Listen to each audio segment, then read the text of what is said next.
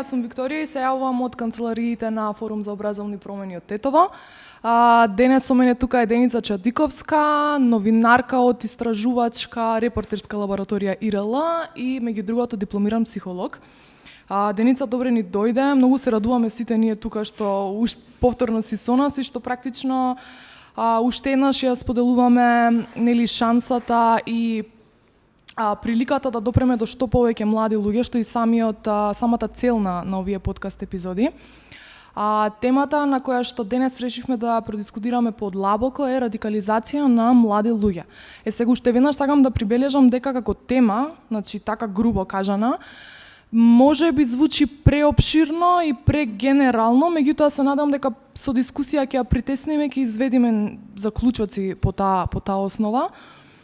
Како тема свесна сум дека е на некој начин генерална и дека е подложна на интерпретација на поединци, па затоа не би должела и би сакала те прашам тебе како новинар, како млад успешен човек кој што живее и действува тука, како ти ја разбираш темата радикализација на млади луѓе и што ти можеш во овој случај да прокоментираш на таа тема? Здраво, Вики, благодарам што ме викнавте. Супер се поминав на минатата панел дискусија и баш ми е драго што можам повторно да бидам дел од вашите активности.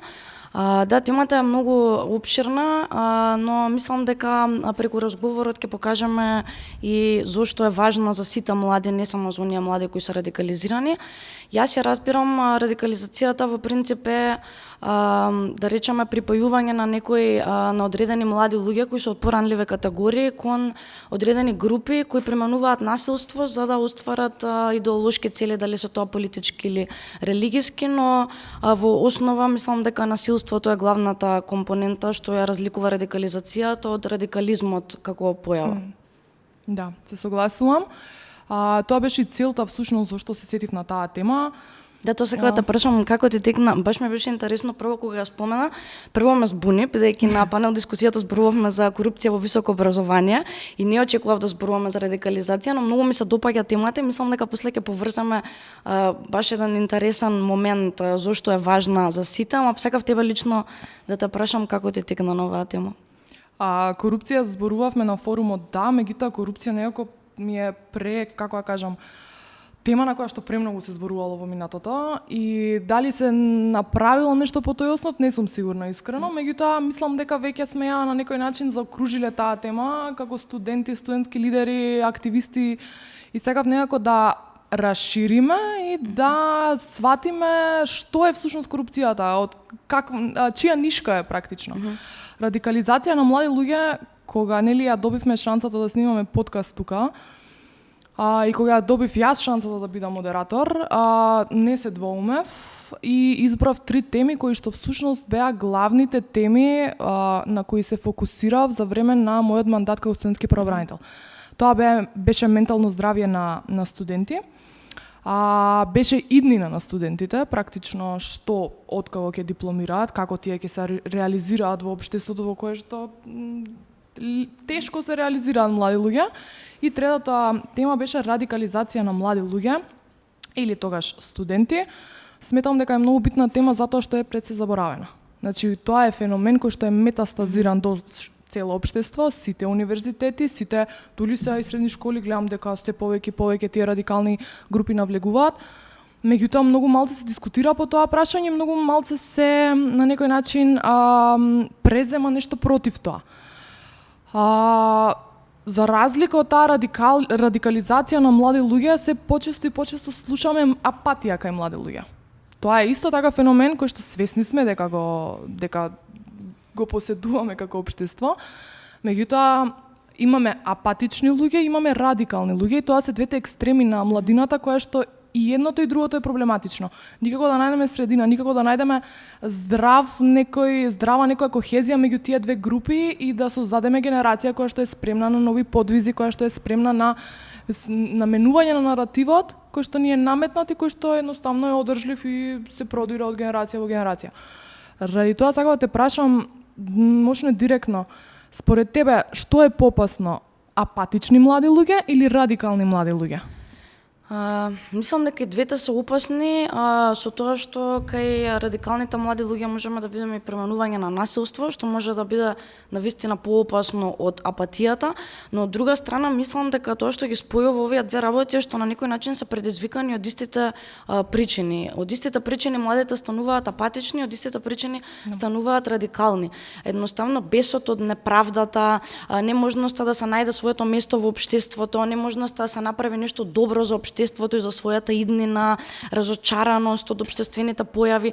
Мислам дека сите тие работи истовремено може еден млад човек да го направат и апатичен, така да крене раце да си рече немам зашто ја да се замарам со ова, не можам ништо да променам, тоа е тоа, ќе си гледам социјални мрежи, скачања, немам сам ништо друго да ми е предмет на интерес, ќе гледам колку шум, ако можам да се вработам. Од друга страна имаме други поединци кои, например, тоа кај нив може да предизвика бунтовност, ама не на позитивен начин, за таа бунтовност да ја применат и не знам да ја применат кон некои позитивни општествени акции, да речеме еве како вашата организација, вие сите тука сте млади бунтовни луѓе, истото е и во ИРЛ, бидејќи повеќето сме млади, тоа се сепак бунтовни млади луѓе кои својата бунтовност сакале да изразат на позитивен начин и да придонесат некако за општеството и за доброто на сите нас, нормално на идните генерации и така натаму. Така што мислам дека кога не треба да ги гледаме можеби некако едното или другото, туку треба да почнеме да работиме на причините што предизвикуваат и двете појави да се случуваат. А тоа се помалку или повеќе истите работи, затоа ми се вида интересна темата дека ја одбра, бидејќи радикализацијата, иако е одење во некои екстреми и можеби не е, мислам, да е метастазирана, ама да речеме не е нешто што го засега баш секој млад човек, ама причината зашто доаѓа до радикализација на одредени поединци, тие причини се нешто што го засега секој млад човек. Верувам дека секој од нас во еден момент се почувствувал обесправено, почувствувал неправда, почувствувал бес од таа неправда. Можеби тој бес може да прерасне потоа и во омраза. Разликата е што веројатно кај социјалните фактори многу влијаат за радикализација на младите, па еве да речеме кај некои млади се случило да станат апатични, кај некои да го канализираат тоа на попозитивен начин, а кај некои за жал да бидат радикализирани. Апсолутно. И мора да признаеме дека дека сме таргет. Ствари, ја не ќе да се изолирам како субјект, јас и младите луѓе, јас сум дел од тој колектив и многу пати морам да ти признам дека сум била мета на такви радикални групи, ама мојата возраст и моето искуство не ми дава на некој начин дознање зошто е тоа така. Значи морав јас да седнам да истражам, да прочитам едно чудо литература за да сватам зошто младите луѓе се всушност еден од централните таргети на тие радикални групи. Сепак младите луѓе се неискусни, не се изградиле себе си доволно. Јас не можев да сватам во тие моменти од што користи јас ке им сум нив. Или јас, или другарка ми, или другар ми, колегата и слично. Тоа се социјалните фактори, мислам дека разликата што кај тебе можеби нема така влие, ама кај некој друг млад човек кој ќе биде од поранлива категорија, апсолутно може да влие, особено ако не може да си го најде своето место под сонцето и ако не може да си го најде своето место во општеството или да направи нешто добро за општеството, бидејќи на сите ни треба да бидеме дел од нешто поголемо, да знаеме дека нешто можеме да промениме, да речеме, они го гледаат на тој начин. Мислам дека многу голем проблем со социјалните мрежи. Например, YouTube имаат многу строги регулативи за екстремизам и дури YouTube заедницата самите помеѓу себе на некој начин се контролираат, а на TikTok например немаме никакви регулативи и таму е буквално фри зон за радикалните групи и баш имаше предскоро една статија која вели дека почнува со трансфобија. Значи најпрво алгоритмот ти нуди такви видеа, ти нуди хомофобични видеа, па потоа почнува во еден буквално во зајачка дупка да те вовлекува каде што нуди се порадикални гледишта и на некој начин така тоа е исто така начин на кој што ги примамуваат младите. Ги примамуваат младите на некој начин, мене ми се чини дека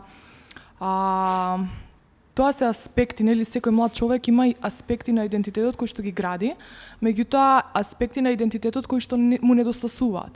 И кога е тој подложен на такви содржини, кога тој е метан на радикални групи кои што пред се му нудат исполнување на тој недостаток кај него, мислам дека многу е лесно да влезеш во тој бубањ и да сватиш дека тоа чувство на припадност мене ми смета.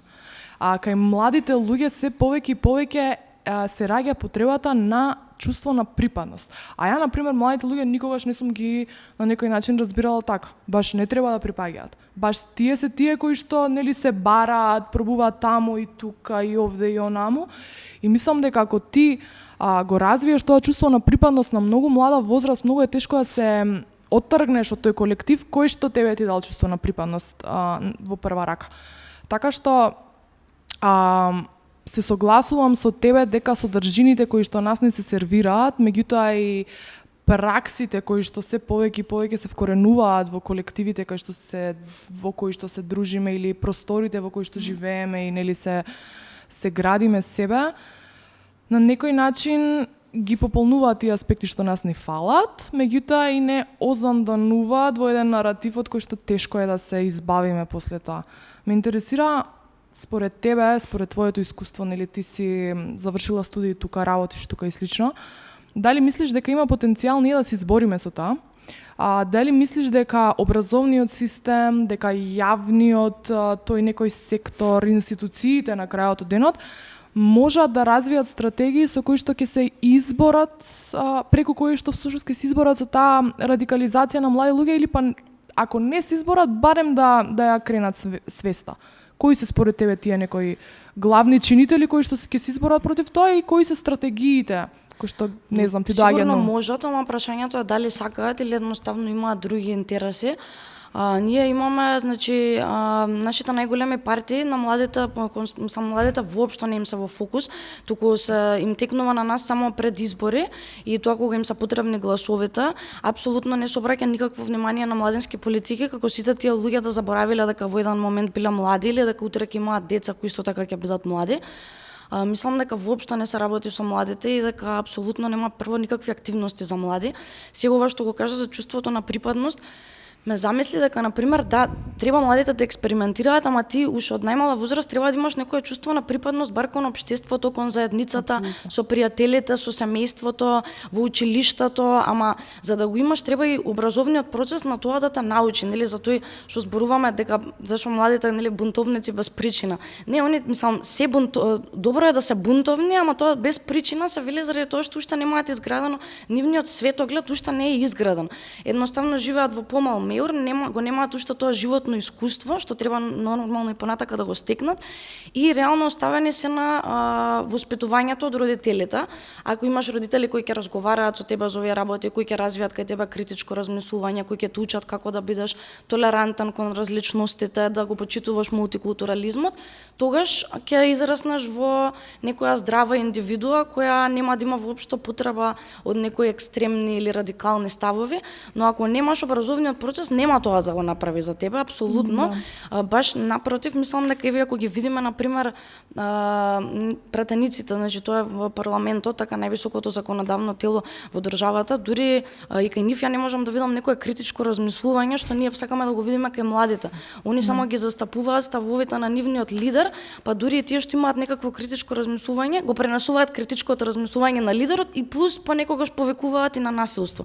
Значи нас прво таму ни е хаос, така што јас не гледам како институциите со овој состав што го имаме ние сега во моментов пратенички или со минатиот или со предминатиот можат вистински нешто да направат, стварно не гледам како. Од друга страна знаеме дека за да се спречи, да се превенира уствари радикализацијата, потребно е младите освен да развијат критичко размислување да членуваат во наставни активности, да имаат можност да бидат дел од културни активности, уметнички активности, а ние тука зашто зборуваме сам едно МКЦ што се вика не можеме да го спасиме, една универзална сала ја немаме и тоа зборувам само за главниот град, а што се случува со помалите градови, дали таму воопшто има некој културен центар. Мислам, ние еве пример, не знам, ќе направат така план и стратегија национална, треба младите да прават ова, треба младите да прават ова. Колку училишта имаат драмски секции или еве хор имаат училиштата, така и тоа пак е на иницијатива на професорките или професорите по музичко, не е да речеме таков прописот на школото и ние немаме пример една нормална култура културна установа каде што политиката не замешала раце, затоа го спомнувам МКЦ, заради тоа што знаеме сите што се случуваше со МКЦ, што беше последната институција што државата им ја нуди на младите, како да очекуваме дека они некоја не знам каква промена ќе направат во образовниот процес. Јас искрено на оваа тема најмногу надеж имам во граѓанскиот сектор. И многу ми е жал кога ќе видам дека во последно време партиите некако како да го прогласија граѓанскиот сектор за непријател, и тоа веќе се случува известно време, и баш ми е криво заради тоа што ние доаѓаме од граѓанскиот сектор и јас лично знам прво која е работата што ние ја правиме и знам многу организации како вашата и како милион други што можам одговорно да тврдам дека прават многу добра работа, многу подобра од било која партија што направила во изминативе 20 години, дали е за младите, дали е за било кој граѓанин на државава, и баш ми е криво дека се создаде тој наратив, бидејќи тој наратив им се пренесува на граѓаните како граѓанските организации да се некое зло од кое треба да се пазиме, а всушност не е така, и мислам дека најмногу тука што може да предонесат се токму граѓанските организации, дури знам неколку што работат на проблемот со радикализација, што работат на превенција, што работат со повратници, што пробуваат да ги реинтегрираат во општеството, и верувам дека тие направиле повеќе од било кој политичар што направил. Да, и тука се согласувам. Јас лично сметам дека теоријата е малце лошо поставена. Граѓанскиот сектор го сметат за радикалниот сектор, као многу сте радикални вие и вашите ставови, нема ние што да се занимаваме со вас, додека политиканството, тој естаблишментот, тој формалниот, тој сигурниот и слично. Ја со тоа, например, не се согласувам. За мене политичките партии и политичките подмладоци во нашата држава се радикализмот. По дефиниција. Не треба да биде така. Политичките партии треба да се рефлексијата на граѓаните во сите општества практично. Меѓутоа, не сега актуелните гарнитури, туку зборувам за низ историјата. Од секогаш ние тука сме имале политички партии кои што наместо да рефлектираат граѓани и граѓански некои си такви гледишта и ставови, тие сепак рефлектираат некои своји филозофии кои што се навлакно да бидат радикални и слично. Така што кога мислам радикализација на млади луѓе, мислам и политизација на млади луѓе, наметната политизација. Сепак има поединци, млади поединци кои што ти викаат јас се декларирам како дел од таа политичка партија и јас со тоа немам никаков проблем. Меѓутоа наметнувањето на тој став за мене е проблематичен, додека се минимизира придонесот кој што граѓанското општество го има. И ние кога ќе настапиме со став, секогаш 99% од времето се интерпретира и се вади од контекст. Као бунтовници, секогаш во потрага по себе си, по место во општеството, и секогаш со радикални ставови. Со тоа не се согласувам. Накратко само сакам да се надоврзам околу припадноста. Се согласувам дека младите луѓе не треба да се плашат од припадност и треба да припаѓаат во општеството, во системот, семејна припадност, тука има другарска припадност, колективна припадност и слично. Меѓутоа, тоа се случува многу ретко. Некако ми се чини дека младите луѓе не само што не припаѓаат негде, туку се повеќе и повеќе се отуѓуваат. И тој процес на отуѓување at some point кулминира, и кога ќе кулминира, тие на некој начин одлучуваат не да му се навратат на тоа што биле и тоа што се, туку да настапат во еден скроз поинаков во една скроз поинаква групација која што им нуди многу, меѓутоа им одзема и многу. Као им нуди слобода, ама им ја одзема истата, додека тие уште се свестат дека се веќе припаѓаат таму. Затоа мислам дека, затоа и го кажав тоа всушност, младите луѓе се бараат и трагаат по себе, ама сметам дека е многу по корисно за нив, кога ќе се почувствуваат на некој начин изгубени, да се навратат на тоа што се и на тоа што биле и на тие колективи кои што природно им нели одговараат, отколку да не знам, заталкаат во некои радикални групи, да работат за некоја кауза која што не ја разбираат, меѓутоа ја се одлучиле за незас во момент на искушение, во момент на известност и слично. Мислам дека спомнавме зошто младината е еден од главните таргети на радикалните групи.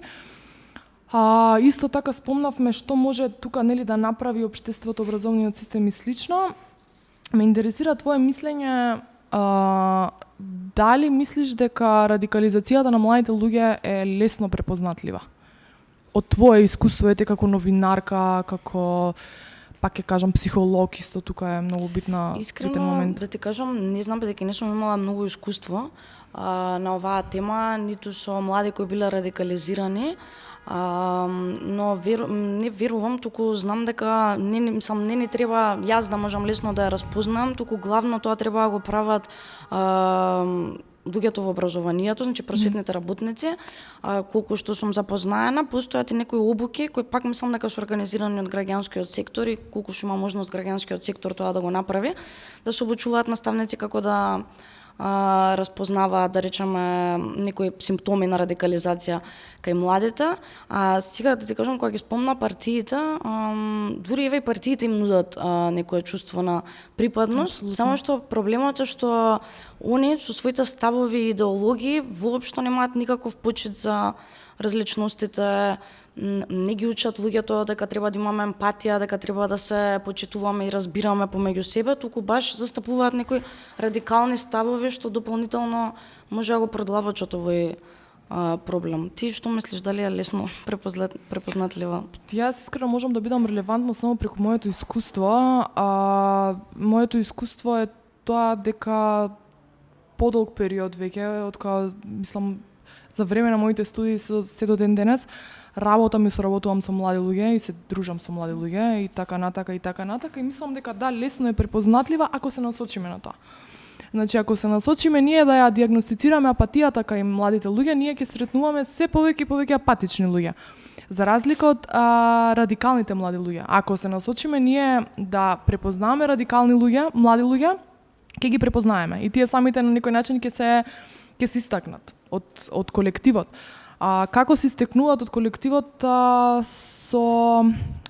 јас барем од моје искуство би рекла со неконтроливи и со брзо потезни промени.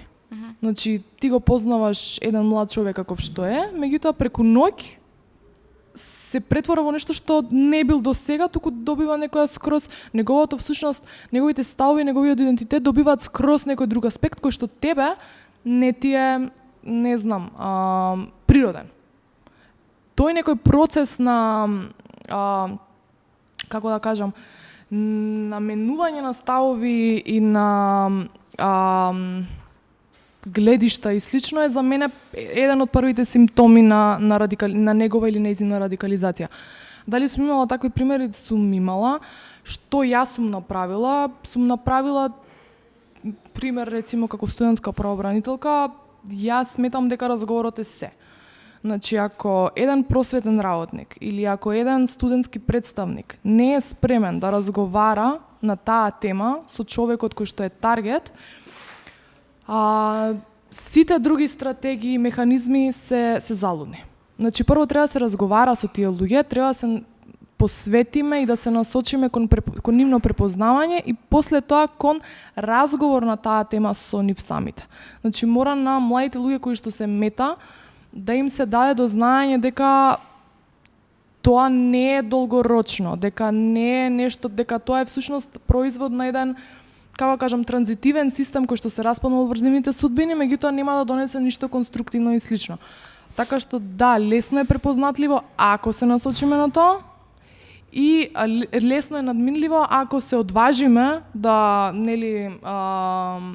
земеме минутка или две од нашето време и да седнеме да разговараме со тие млади луѓе или па со просветните работници како што кажа сама, околу покревање на свеста и на некој начин препознавање на ризиците и последиците. Бидејќи мислам дека и превенцијата може да биде многу поуспешна, дури Обединетите нации имаат констатирано дека не треба против радикализацијата секогаш да се бориме, мислам, ако е тоа неопходно во ред со насилни мерки, туку напротив треба да се работи на проблемите со развој, на добро владење, на почитување на разликите. Мислам дека треба да се насочиме кон тие работи и апсолутно дека треба да им дадеме на младите простор каде што тие ќе може да се остварат, каде што ќе може да се чувствуваат дека се дел од нешто поголемо, да се чувствуваат дека се дел од колективот, едноставно да им се дадат некои здрави облици на самоизразување, бидејќи секој од нас верувам дека почувствувал неправда и од неправдата почувствувал бес, само жално би било кај млад човек тој бес да прерасне во омраза, особено како што е кај радикалните групи кон одредена друга група, па потоа да применуваат насилство, туку би било многу покорисно кога тој бес би се канализирал во некои по-конструктивни, да речеме, акции што младиот човек може да ги направи. Да, апсолутно. А за крај, сакав да продискутираме за фактот дека ти си новинарка во ИРЛ. И ИРЛ е еден тим кој што се повеќе и се погласно некако го зазема просторот, јавниот простор кој што кој што ви е потребен и многу гласно се бори и ги тера тие процеси против неправда или општествени аномалии кои што постојат и одсекогаш постоеле кај нас. И ме интересира по тоа прашање што можат медиумите да направат за околу превенција на радикализација на младите луѓе. Конкретно што прави ИРЛ за да ги насочи фрустрациите на младината кон конкретни конструктивни активности? За другите медиуми, прво тоа што може да го направат е да престанат со сензационализам и со сензационалистички кликбейт наслови, бидејќи тоа апсолутно на никој нема да му помогне и не е се до профитот и не е се до колку кликови ќе имаат и колку реклами од тоа ќе добијат. Во однос на тоа ние што го правиме буквално во една од нашите главни цели кога почнавме со ИРЛ беше да ја привлечеме младата публика, бидејќи постоја одредени предрасуди и стереотипи за младите дека се апатични. Јас и колегата Давид кога дојдовме во ИРЛ како многу млади луѓе, 21 година имавме, едноставно познавајќи нас и луѓето околу нас, знаевме дека тоа не е така, туку дека едноставно навиките на конзумирање на информации и вести за нас младите се многу различни од возрастните и нормално дека ако ни понудиш прилог да гледаме или да читаме статија од 10 страни, ретко кој млад човек тоа би го направил. Затоа заедно со тимот на повозрастни, поискусни новинари во ИРЛ кои апсолутно ни дадоа шанса да покажеме и ние што знаеме, не на подценија дека само заради тоа што сме млади и неискусни, нашето мислење не е важно. Најдовме начин како да ги привлечеме младите и буквално да им дадеме нови едноставно нов начин на како да ја примаат тие содржината која ние мислиме дека е важна да ја знаат. Тоа е работи кои се нормално поврзани со корупција и добро владење. Сакавме на некој начин исто така да допреме до младите кои се чувствуваат исфрустрирани, кои го чувствуваат овој без, да речеме, од неправда, но ете да им дадеме некои по-позитивни акции кои може да ги превземат. Например, дури нашиот слоган "Бори се со нас, бори се за себе" беше конструиран на тој начин за да укаже на тоа дека постои група која веќе се бори против корупцијата и дека бараме помош од младите и од нормално сите останати групи да се приклучат до таа борба, дека нема да бидат сами и дека тоа чувство на припадност можат на некој начин да го почувствуваат и преку нашата заедница на, да речеме, луѓе што сега сме и повеќе, не се само луѓето кои работат во ИРЛ, туку сите организации со кои што соработуваме, јас ги сметам за како да сме дел од едно јадро, и вас и сите со кои што сме имале претходна соработка. Исто така, многу често правиме повици за акција, call for actions, како што ги викаме, заради тоа што сметаме дека кога, например, ќе објавиме некоја епизода, некој од документарците или некој истражување кој може да предизвика огромен гнев кај населението, не би сакале да дојде до тоа, тој гнев да има некои неконтролирани изблици на агресија или нешто такво, туку сакаме да им дадеме на луѓето конкретни работи кои може да ги направат, особено на младите, а кои сепак ќе бидат конструктивни. Дали ќе биде тоа да напишат мејл до пратениците, да напишат мејл, сме имале да напишат мејл до Министерство за економија да се промени правилник, да буквално да контактираат нешто што сепак ќе биде културно, конструктивно и што вистински може да придонесе, при тоа да не се користи агресија и да не биде нешто, не знам сега да ги повикаме луѓето да излезат, не знам, да запалат нешто, не, туку бидејќи ова е демократско општество, ние сакаме да се бориме против корупцијата на демократски начин и поради тоа ви нудиме некои работи кои може да ги направите за на некој начин да го канализирате вашиот бес без, бидејќи примитивме после првата епизода дека имаше многу коментари од луѓе, многу се чувствуваа гневни. Првата епизода не беше за загадувањето против воздухот, тоа е многу горлев проблем и стварно нешто што ги засега сите и што направи сите многу нервозни и сфрустрирани и видовме дека кај луѓето се создава агресија и огромен бес и ни беше страв на кој начин може ова сега што може да се случи после ова. Не е целта да има некои мислам страшни последици. Ние сакаме сепак да се реши тоа на демократски начин и затоа тогаш почнавме со тие повици за акција, каде што даваме конкретно нешто што може човекот да го направи и да се чувствува дека на некој начин е дел од борбата против корупцијата, дека има начин како да придонесе, а сепак тоа да го направи на некој цивилизиран начин. Да. Ти благодарам за сумирањето на како се тоа изгледа. Ми се свигаше моментот кога не нарече јадро. Јадро на тоа граѓанско општество кое што иако е етикетирано како вакво или такво, проблематично и радикално, нели не отстапуваме и не престануваме да ги убедуваме младите луѓе барем дека не е баш така, дека тука сме како јадро да функционираме во нивна полза, да градиме општество по нивна, по наша мерка и нели да го заземаме просторот кој што ни е потребен, се со цел да се избориме со тие феномени со кои што другите па аспекти на општеството не може да се изборат. Очигледно е дека не може да се изборат. Така што да заокружам, ти благодарам многу што беше денес тука со мене, што дискутиравме на толку битна тема, која што се надевам дека ќе продолжи да на некој начин кружи низ етерот и дека се повеќе и повеќе млади луѓе ќе сватат што всушност представува радикализацијата, ќе сватат дека тие се таргет и ќе сватат дека не смеат да припаѓаат на еден колектив кој што не го разбираат целосно. Се надам дека јас и ти ќе имаме пуште многу прилики за вакви дискусии и се надам дека си помина добро тука во Тетово. Да, втор пат си поминувам добро со вас. Фала многу што ме викнавте и се надевам дека не бевме досадни. Се надевам и јас. Ти благодарам уште еднашка.